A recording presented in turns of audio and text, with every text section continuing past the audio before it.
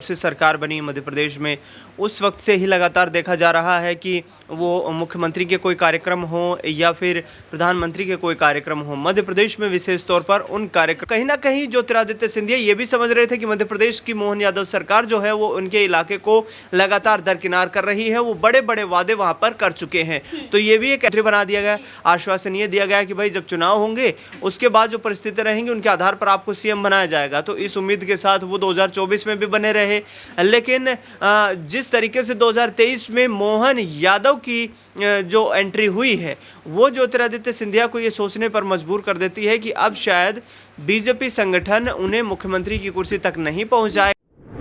क्या वाकई केंद्रीय मंत्री और गुना से सांसद ज्योतिरादित्य सिंधिया भारतीय जनता पार्टी से नाराज हैं? क्या सच में मुख्यमंत्री मोहन सिंह यादव से खफा हैं ज्योतिरादित्य सिंधिया? क्या अब उनको फिर से मनाने की कोशिश की जा रही है? एक वाकया जब ज्योतिरादित्य सिंधिया पर आरोप भारतीय जनता पार्टी के जरिए लगाए गए कि बुधनी और विजयपुर पर उपचुनाव था और बुधनी सीट तो भारतीय जनता पार्टी शिवराज सिंह चौहान के बलबूते जीत जाती है, लेकिन विजयपुर का जो चुनाव भारतीय जनता पार्टी के हाथों से निकल जाता है, इसका सबसे बड़ा कारण महाराज जी हैं। इसका सबसे बड़ा कारण ज्योतिरादित्य सिंधिया है। ज्योतिरादित्य सिंधिया को कहा गया, लेकिन उसके बावजूद वो विजयपुर नहीं पहुंचे। ये कहा गया कि निजी कार्यों में वो व्यस्त हैं, लेकिन जब सिंधिया से सवाल पूछा गया तो उन्होंने कहा कि उनसे पूछा ही नहीं गया था, वरना वो क्यों नहीं जाते हैं। इस वाक्य को लंबा समय बीत चुका है, इस घटना को लंबा समय बीत चुका है। बार बार ये कहा जाता रहा कि ज्योतिरादित्य सिंधिया नाराज नहीं है। उस दौरान भी मध्य प्रदेश के मुख्यमंत्री मोहन सिंह यादव को आनन फानन में दिल्ली रवाना होना पड़ा था और ज्योतिरादित्य सिंधिया के आवास पर पहुंचना पड़ा था। मुलाकात को सार्वजनिक भेंट कहा गया, मुलाकात को कहा गया कि इसके मायने कुछ और नहीं हो सकते हैं, सिर्फ एक शिष्टाचार भेंट थी। लेकिन इस मुलाकात के मायने निकाले गए कि सिंधिया को मनाने की कोशिश की जा रही है। एक बार फिर से मध्य प्रदेश भाजपा सांसदों के बीच में एक बड़ी होड़ देखने को मिल रही है। होड़ है कई ऐसी योजनाओं के तहत अपने आप का नाम आगे करना, जिसमें ज्योतिरादित्य सिंधिया क्रेडिट लेने का काम करते हैं, उनके समर्थक उनका नाम लेते हैं, तो दूसरी तरफ बीजेपी के कई और सांसद हैं जो कहते हैं कि उनके बलबूते पर वो काम हुआ था, लेकिन अब गुना से सांसद ज्योतिरादित्य सिंधिया हैं, इसलिए उनका जिक्र किया जा रहा है। वो होड़ तो हुई, लेकिन इस बीच में हमने ये भी देखा कि प्रधानमंत्री नरेंद्र मोदी भोपाल पहुंचे थे। उस दौरान ना तो प्रधानमंत्री ने अपने दामाद को लेकर एक शब्द कहा और ना ही ज्योतिरादित्य सिंधिया इस कार्यक्रम में नजर आए। तो कहा गया कि क्या बढ़ती दूरियां नजर आ रही हैं। इस बीच में कांग्रेस पार्टी के प्रदेश अध्यक्ष जीतू पटवारी ने कहा कि बारात के घोड़े सिर्फ कांग्रेस में नहीं बल्कि कांग्रेस से निकालकर बीजेपी में भी जा चुके हैं, निकाले गए हैं, जो बीजेपी में पहुंच गए हैं। ज्योतिरादित्य सिंधिया का ना चाहते हुए भी नाम सामने आने लगा। लेकिन एक बड़ा कदम फिर से मध्य प्रदेश के मुख्यमंत्री मोहन सिंह यादव द्वारा उठाया गया है।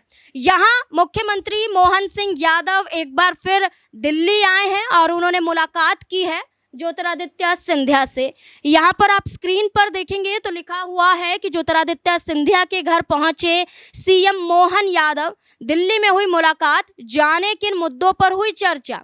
जहां ज्योतिरादित्य सिंधिया ने सोशल मीडिया पर पोस्ट के जरिए ये बताया है कि मुलाकात हुई है, मुलाकात उनके ही आवास पर हुई है, मुलाकात केंद्रीय मंत्री के दिल्ली आवास पर हुई। दोनों नेताओं के बीच मध्य प्रदेश के विकास को लेकर बातचीत हुई है। इस बात का जिक्र किया जा रहा है कि मध्य प्रदेश विकास कार्य को लेकर ये मुलाकात हुई है। इसमें ज्योतिरादित्य सिंधिया कह रहे हैं कि राज्य सरकार और केंद्र सरकार को मिलकर काम करना है, बीच में तालमेल नजर आना चाहिए। लेकिन इस मुलाकात के बाद सवाल खड़े नहीं हुए, मुलाकात दूसरी हुई जिसके बाद सवाल खड़े हुए। आखिरकार सिंधिया से मिलने के बाद मुख्यमंत्री मोहन सिंह यादव कहां रवाना हुए, जिसके बाद सवाल उठे। देखिए जरा यहाँ पर एक और आर्टिकल है जिसमें लिखा हुआ है कि दिल्ली में पीएम मोदी से मिले सीएम मोहन, एमपी आने का दिया आमंत्रण, इन मुद्दों की दी जानकारी।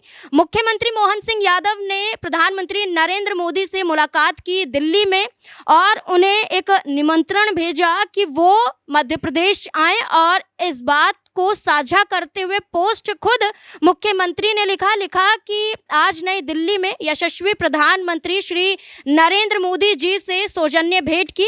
इस अवसर पर माननीय प्रधानमंत्री जी को जल गंगा संवर्धन अभियान के समापन समारोह में आशीर्वाद देने और अक्टूबर माह में सीहोर में आयोजित होने वाले वृहद कृषि मेले में पधारने हेतु आमंत्रण दिया गया।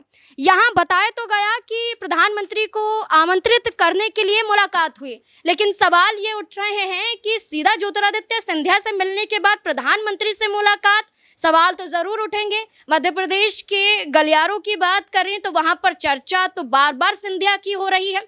हम यहाँ सवाल नहीं खड़ा कर रहे हैं, लेकिन आपने खुद आर्टिकल देखा जिसमें साफ तौर पर जिक्र किया गया है कि मुख्यमंत्री मोहन सिंह यादव ने ज्योतिरादित्य सिंधिया से मुलाकात की है। अब जो सवाल खड़े हो रहे हैं खबरों के माध्यम से, इसके जरा जवाब हम खंगालते हैं। न्यूज़ रूम में मौजूद हैं मेरे सहयोगी दिनेश मेरे साथ हैं, जानने की कोशिश करेंगे।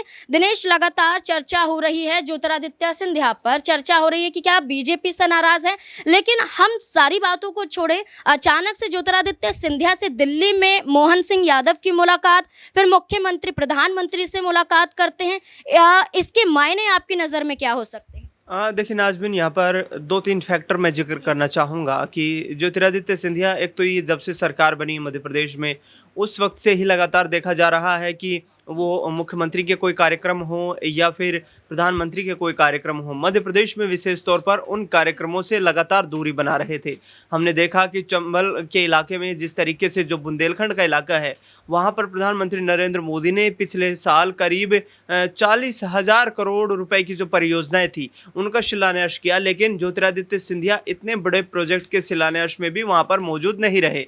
दूसरा, एक रोजगार मेले का आयोजन किया गया था मध्य प्रदेश सरकार की तरफ से, उसमें भी ज्योतिरादित्य सिंधिया की जो है गैर मौजूदगी देखने को मिली। वहीं इन्वेस्टर समिट किया गया भोपाल में, उसमें भी ज्योतिरादित्य सिंधिया नहीं पहुंचे और आरोप ये लगाए कि जो यहाँ पर जो ग्वालियर का इलाका है, जो गुना शिवपुरी का इलाका है, उस गुना शिवपुरी इलाके में जो मध्य प्रदेश सरकार आगे इन्वेस्टमेंट जो लाने वाली है उसमें जो है कम देखने को मिलेगा, क्योंकि जो प्रमुख यहाँ पर जो कोशिशें हैं सरकार की, वो उज्जैन का इलाका है, वो भोपाल का इलाका है, वो इंदौर का इलाका है। तो कहीं ना कहीं ज्योतिरादित्य सिंधिया ये भी समझ रहे थे कि मध्य प्रदेश की मोहन यादव सरकार जो है वो उनके इलाके को लगातार दरकिनार कर रही है, वो बड़े बड़े वादे वहाँ पर कर चुके हैं। तो ये भी एक अहम फैक्टर था। अब आपने जिस तरीके से कहा कि क्यों आखिरकार ज्योतिरादित्य सिंधिया का ऐसा रुख देखने को मिल रहा है, तो ज्योतिरादित्य सिंधिया जाहिर तौर पर किसी से छुपी नहीं है ये बात कि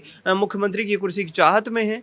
लगातार मोहन यादव को जब मुख्यमंत्री बनाया गया तो कहीं ना कहीं ज्योतिरादित्य सिंधिया ने ये समझा कि उनका जो सियासी कद है, उस सियासी कद के साथ भी भारतीय जनता। अच्छा, एक सवाल लेना चाहूँगी कि जहाँ मुख्यमंत्री कुर्सी की चर्चा हो रही है, ये चाहत तो कांग्रेस में रहकर भी पूरी हो सकती थी, क्योंकि अब देखा जाए तो खुद जीतू पटवारी कहते हैं कि जो नेता कांग्रेस से अपने आप को बड़ा समझ रहे थे, उनकी वजह से कांग्रेस हारी है। निकालने की चर्चा चल रही थी, लक्ष्मण सिंह को निकाला 6 साल के लिए, अब चर्चा है कि कमलनाथ को भी निकाला जाएगा। तो क्या साधने की कोशिश की जा रही है जो नाराज हो चुके हैं?